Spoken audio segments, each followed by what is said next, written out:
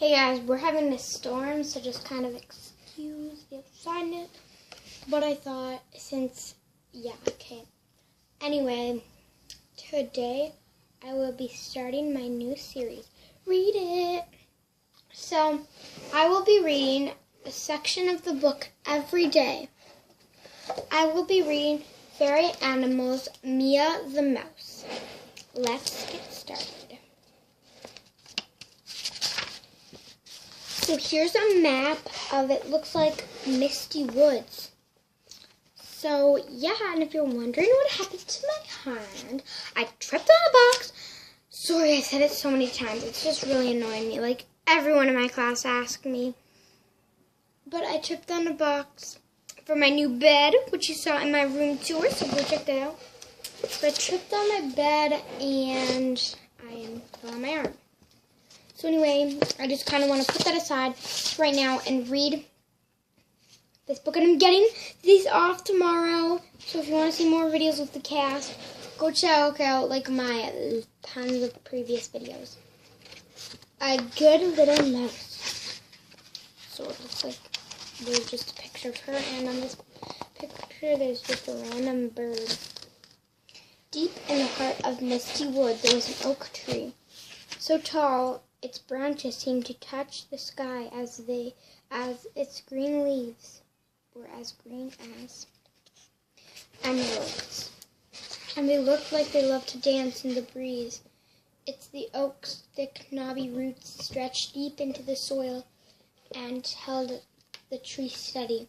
If you looked carefully in between the roots behind the cluster of tall green ferns, you would see a hole leaning down to the cozy burr, and if you were very careful, indeed, you would see a little mouse sitting on the grass next to the hole. The mouse's name was Mia, and she lived in a burrow with her mom and dad and her grandfather and 4 baby sisters and brothers. Mia Mouse was a moss mouse, one of the fairy animals of Misty Woods. Her beautiful fairy wings. Beautiful, so there's a picture of her. Beautiful fairy wings. Pat, pat, pat. Mia sang as she cushioned. Hello, Mia, called a voice. There was a scrubbing noise from inside the hole, and a face as bright as Betty eyes and long silver whiskers popped out. Mia's dad, I'm afraid.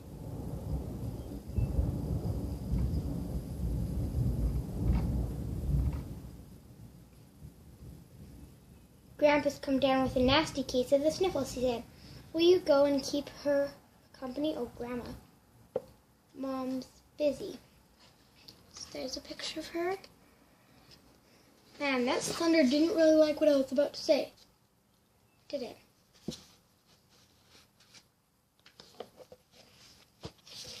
Okay, so there's no more pictures on this page. Without the babies, I've got to go and collect some moss. With the babies, I have to go and collect some moss for more of our cushions. Of course, I will. Mia said. Mia's dad gave her a twinkly eye smile. You are a good little mouse. Perhaps you could tell Grandma one of your stories. I bet she would appreciate it. And he jumped out of the hole, twirling whiskers, unfurled his wings, giant silver in the sun. See you around tea time.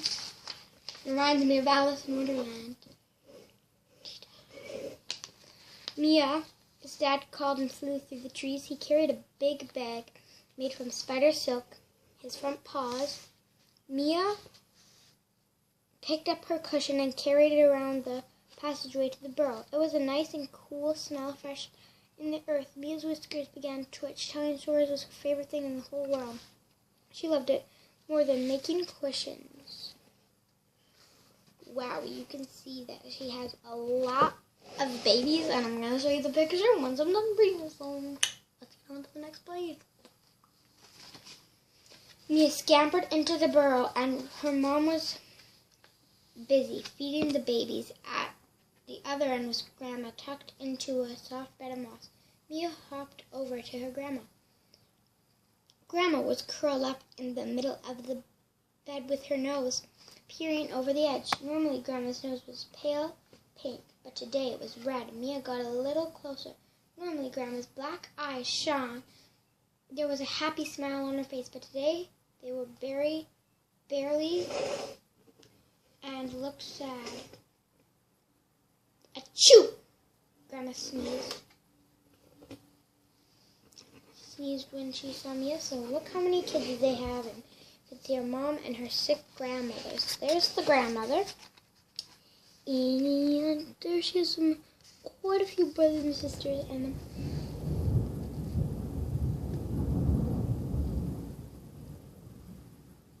Mom. Man, that thunder really doesn't like what I'm trying to say. We've gone 5 minutes and we've been interrupted twice. Ah! Twice. Bless you, said Mia. She hopped to the cushion she made from her paws at the edge of the bed. Dad said you weren't feeling well, so I've come to keep you company. Ah, thank you, Mia, replied Grandma, wiping her nose on a daisy petal. Then she sneezed again. Choo! Oh dear, you must be feeling awful, said Mia. Yes, I am, Grandma sighed. My poor nose is so sore. Yes, I am, Grandma sighed. My poor nose is so sore. Choo! Mia tilted her head toward one side. So you can see it's Grandma and Mia, and I think the storm passed. So, yeah, well, let's just finish up this chapter. Would you tell me a story? Grandma's eyes lit up. Ooh, yes, please. I do love your story. Choo! Mia sat back in the cushion. She really could use a good story. Grandma might forget about her sneezes and sore nose, and Mia's whiskers waggled with excitement. The story began to a familiar mind. Once upon a time, there was a caterpillar. He stared at the caterpillar. I've never seen a caterpillar. I've never, said Grandma with a loud sniffle. And she was named Clarissa, said Mia. That's a big name for a little caterpillar, said Grandma. Oh, but she wasn't little, cried Mia. Her whiskers twitched and wiggled so much she had to jump down and run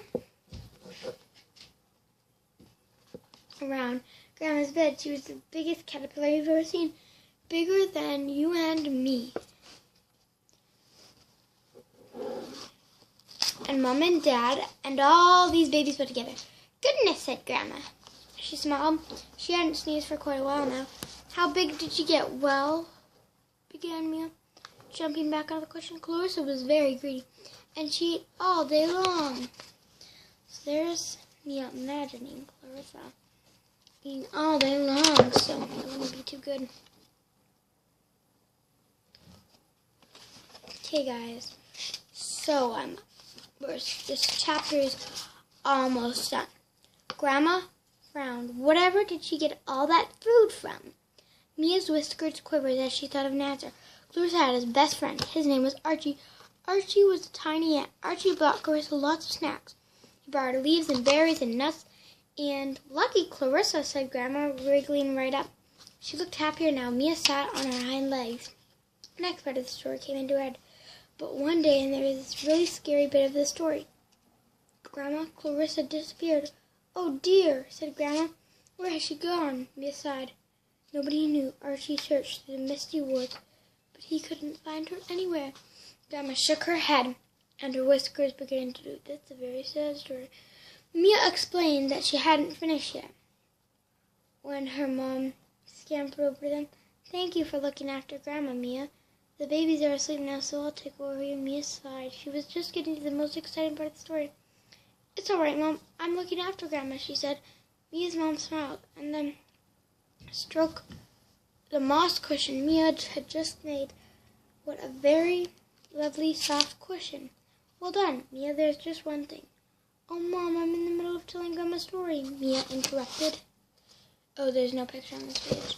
That's not going to make her mom very happy. I know, Mia's mom said, but I need you to fetch something for me. Mia sighed. She wanted to go with her own story. She wanted to give the best, most exciting ending ever so that Grandma would forget all about being sick. It's all right, Mia, Grandma said. I'm feeling a bit tired, so I'll have a nap and you can tell me the rest later. I'll look forward to that. Grandma yawned and curled in her lovely warm bed, ready to fall asleep. Mia thought about where Clarissa the caterpillar could have disappeared, so she told her grandmother later, I need you to bring me some bluebells. Mia's mom said, you can do that, can't you, Mia? But she was still thinking about the story where would Archie find Clarissa? Mia's mom looked at her. Are you sure you won't forget? I know what you're like when you're making up one of your stories. You never have room in your head to think of anything else. Try to remember. I need you to get some bluebells. Yes, bluebells. I know, Mom said. Mia said as she hopped down the cushions. Maybe Clarissa could be hidden in a big spooky cave. Maybe she'd be caught in a giant cobweb. Sleep well, Grandma, Mia called and scampered through the burrow. Maybe Clarissa got stuck inside a rabbit hole. Mia raced through the tunnel into the misty woods. She jumped out of the little hole between her roots and opened her gauzy wings and floated up into the great sunshine. Clarissa, the giant caterpillar. Best story ever. Mom squeaked happily as she fluttered away. So we will read chapter 2 tomorrow, you guys. So go check out that video if it is not the day I posted this, because that would not be helpful at all. It's the day that we just had a huge rainstorm. It's one sec. It's Wednesday. So if you're watching this on Wednesday, there might be a chance, like Wednesday in May. Why don't you just check out when it was posted down below? Bye, guys. Go check out part 2 tomorrow. Or if it's not today, then go check it out. Bye.